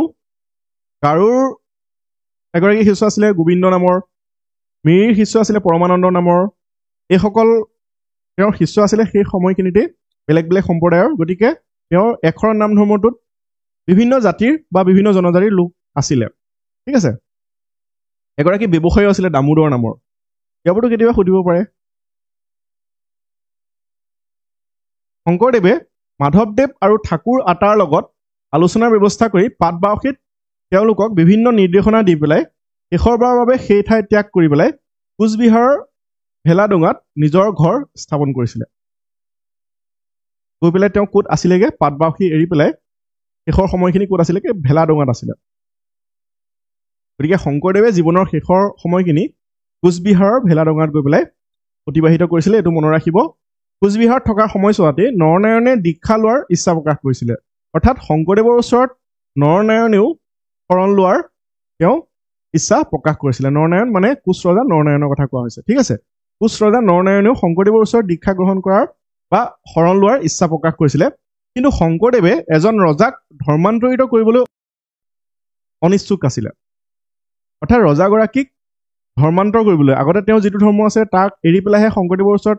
শৰণ ল'ব গতিকে এগৰাকী ৰজাক ধৰ্মান্তৰিত কৰিবলৈ তেওঁ অনিচ্ছুক আছিলে বা তেওঁ ইচ্ছা প্ৰকাশ কৰা নাছিলে শংকৰদেৱে ঠিক আছে তেনে কৰিবলৈ অস্বীকাৰ কৰিছিলে তেওঁ গতিকে তেওঁ নৰনাৰায়ণক দীক্ষা দিয়া নাছিলে শংকৰদেৱে দস্যভাৱক এডপ্ট কৰিছিলে দস্যভাৱ ৱাজ এডপ্টেড বাই শংকৰদেৱে এইটো মনত ৰাখিব অৰ্থাৎ দাসত্বৰ ভাৱ দস্যভাৱ মানে কি বা দাস্যভাৱ মানে কি হয় দাসভাৱ দাসভাৱ হৈছে দাসত্বৰ মনোভাৱ তাৰ ওচৰত দাস হিচাপে নিজকে গঢ়ি তুলিব লাগিব ঈশ্বৰৰ অৰ্থাৎ নিজকে ঈশ্বৰৰ দাস বুলি গণ্য কৰিব লাগে আৰু এই যিটো ভাৱ আছে বা এই মনোভাৱটো কোনে এডপ্ট কৰিছিলে শংকৰদেৱে এডপ্ট কৰিছিলে ঠিক আছে 1568 খ্ৰীষ্টাব্দত 119 বছৰ বয়সত শ্ৰীমন্ত শংকৰদেৱে কোচবিহাৰৰ ভেলাডোঙাত থকা ভেলামধুপুৰ সত্ৰত ইহলীলা সম্বৰণ কৰে গতিকে তেওঁৰ মৃত্যু কেতিয়া হৈছিলে 1568 অৰ্থাৎ 1568 খ্ৰীষ্টাব্দত 119 বছৰ তেওঁ জীয়াই আছিলে 119 বছৰ বয়সত তেওঁৰ মৃত্যু হয় 1449ত তেওঁৰ জন্ম হৈছিলে আৰু 119 বছৰ তেওঁ জীয়াই আছিলে ঠিক আছে 119 বছৰ তেওঁ জীয়াই থাকিলে মৃত্যু কেতিয়া হ'ল 1568ত শ্ৰীমন্ত শংকৰদেৱৰ মৃত্যু হয় ক'ত ভেলাডোঙাত তেওঁ কোচবিহাৰৰ ভেলাডোঙাত শেষৰ সময়খিনি আছিলে ভেলাডোঙাতে তেওঁ ঘৰ সাজিছিলে গতিকে সেই ভেলাডোঙাতেই শ্ৰীমন্ত শংকৰদেৱৰ মৃত্যু হয় ঠিক আছে এই যিখন ফটো দেখিছে শ্ৰীমন্ত শংকৰদেৱৰ ফটো হয় এইখন আৰু এই ফটোখন আঁকিছিলে বিষ্ণুপ্ৰসাদ ৰাভাই গতিকে এয়াই হৈছে শ্ৰীমন্ত শংকৰদেৱৰ লগত জড়িত কিছুমান ইম্পৰ্টেণ্ট টপিক যিসমূহ পৰীক্ষাত প্ৰায়ে সুধি থাকে আশা কৰিছোঁ ভিডিঅ'টো আপোনালোকে চাই ভাল পাইছে বা কনচেপ্টখিনি বুজিবলৈ সক্ষম হৈছে আমাৰ যিটো এপ আছে আছাম কম্পিটিটিভ এক্সাম প্লে ষ্টৰত এইটো এভেইলেবল আছে এনেকৈ ৰেড লগ' দিয়া হৈছে আপোনালোকে প্লে ষ্টৰত এবাৰ চাৰ্চ কৰি চাব মেইনলি দুটা বৰ্তমান কোৰ্চ কৰি থকা হৈছে আছাম এনিছ পিপুল এইটো আৰু এটা হৈছে GS foundation course GS foundation কোৰ্চটো মেইনলি যিবিলাক GSৰ টপিক আছে যেনেকৈ Indian history Indian polity Indian geography গোটেইখিনি ইয়াতে কভাৰ হৈ যাব আৰু অসমৰ যিখিনি টপিক আছে আছাম হিষ্ট্ৰী পলিটি জিঅ'গ্ৰাফী গোটেইখিনি GS ফাউণ্ডেশ্যন কোৰ্চটোত কভাৰ হৈ যাব ঠিক আছে আৰু যদি কোনোবাই বিচাৰে যে মোক বাকীখিনি নালাগে অকল অসমৰখিনি হ'লেই হৈ যাব কনচেপ্ট বেছ মই অকল অসমৰখিনি পঢ়িব বিচাৰিছোঁ বাকী GSৰ ছাবজেক্টখিনি গোটেইখিনি নালাগে তেতিয়াহ'লে আপুনি অসমৰ যিটো কোৰ্চ আছে আছাম এনিছ পিপুল সেইটো এবাৰ চেক কৰি চাব পাৰে এই ডেমো ভিডিঅ'টো একচুৱেলি অসমৰ ভিডিঅ' যিহেতু আছাম এনিছ পিপুল ইয়াতো পাই যাব আপুনি এইটো কোৰ্চ ল'লেও পাব আৰু GS ফাউণ্ডেশ্যন কোৰ্চ এইটো ল'লেও পাই যাব ঠিক আছে যিহেতু GS ফাউণ্ডেশ্যন কোৰ্চত গোটেই অসমৰ টপিকখিনি ইনক্লুড হৈ আছে জেনেৰেল ষ্টাডিজ ফাউণ্ডেশ্যন বুলি ক'লে অসমৰখিনি ইনক্লুড কৰা হৈছে তাতে আপুনি এইটো যদি কোৰ্চ লয় GS ফাউণ্ডেশ্যন কোৰ্চটো যদি লয় এক্সট্ৰাকৈ আকৌ আছামৰ কোৰ্চটো ল'ব নালাগে GS কোৰ্চটোতে সোমাই আছে ঠিক আছে আৰু যদি আপুনি ভাবে যে মোক বাকীখিনি নালাগে অসমৰ হ'লে হৈ যাব তেতিয়াহ'লে এইটো চেক কৰি চাব পাৰে দুইটাৰ ভেলিডিটি 1 year হয় বহুত বেছি প্ৰাইচ নহয় 1 বছৰৰ কাৰণে দিয়া হৈছে আৰু যদি আপুনি মান্থলি ৱাইজ কেলকুলেশ্যন কৰি চাই একেবাৰে কমতে পাই যাব গতিকে ইয়াতে মেইনলি অসমৰ যিখিনি টপিক আছে আছাম হিষ্ট্ৰী পলিটি জিঅ'গ্ৰাফী আৰু আৰ্ট এণ্ড কালচাৰ লিটাৰেচাৰ যিমানবিলাক টপিক আছে গোটেইখিনি ইয়াতে ইনক্লুড হৈ আছে এষ্টেটিক জিকেও অসমৰ যিমানবিলাক হ'ব পাৰে ইয়াতে কভাৰ হ'ব আৰু অসমৰখিনিৰ লগতে GS কোৰ্চটোত অসমৰখিনিৰ লগতে অন্য যিবিলাক টপিক আছে ইণ্ডিয়ান হিষ্ট্ৰী পলিটি জিঅ'গ্ৰাফী আৰু ষ্টেটিক পৰ্চন যিমানবিলাক হ'ব পাৰে ইয়াতে কভাৰ হৈ যাব যদি ল'ব বিচাৰে আমাৰ এপটো ইনষ্টল কৰি পেলাই আপোনালোকে phone number the log in কৰিলে পাই যাব ঠিক আছে আছামিজ লিটাৰেচাৰ ক্লাছ কেনেকৈ কৰা হৈছে প্ৰথমটো ক্লাছ এইটো আছামিজ লিটাৰেচাৰ আপোনালোকক ডেমো হিচাপে দিছোঁ চাই যদি ভাল পায় আমাৰ কোৰ্চটো যদি ল'ব বিচাৰে এপটোতে গৈ পেলাই ল'ব পাৰিব এই ভিডিঅ'টোত মানে আমি পুনৰ লগ পাম ধন্যবাদ